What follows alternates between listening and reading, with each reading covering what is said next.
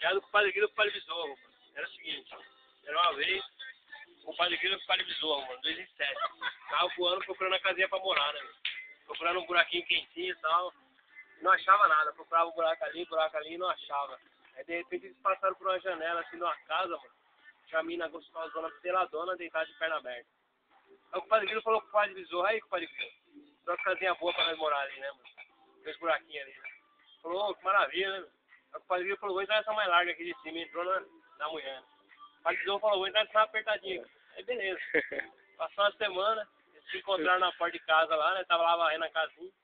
De repente o padre Besouro perguntou, ei, compadre Guilherme, como é essa casa, né? Rapaz, aqui é uma maravilha, meu. Em volta de casa é tudo mata verde. De vez em quando passa um riozinho de água limpa. De vez em quando passa o mar vermelho, até uma pescada aí, né? E você, compadre Besouro? Rapaz, tô na merda, bicho.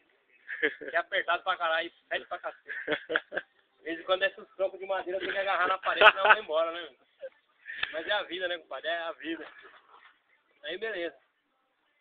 Passou um tempo, passou uma semana, o padre Besouro saiu pra fora, tava varrendo a casinha, nada do padre Guilherme apareceu. Ele esperou e nada, né? Daqui a pouco ele começou a bater palma, padre Guilherme, cadê você, padre Guilherme? Rapaz, parece. Daqui a pouco saiu o padre Guilherme igual o cinético. Com a perna tudo enfaixada, com aquele espinho pra fora assim, o braço engessado, a cabeça com aquela faixa assim, tapa-olho, né? Aí o padre Besouro falou, padre Guilherme, o que foi que aconteceu com você, padre Guilherme? Rapaz, tá tudo estourado. Ele falou, rapaz. Entrou um ladrão careca lá em casa, e arregaçou as cortinas. E saiu jogando eu pra dentro, assim, tentando agarrar ele foi empurrando, ele saiu levando meus móveis tudo na parede, eu corria atrás dele, ele voltava.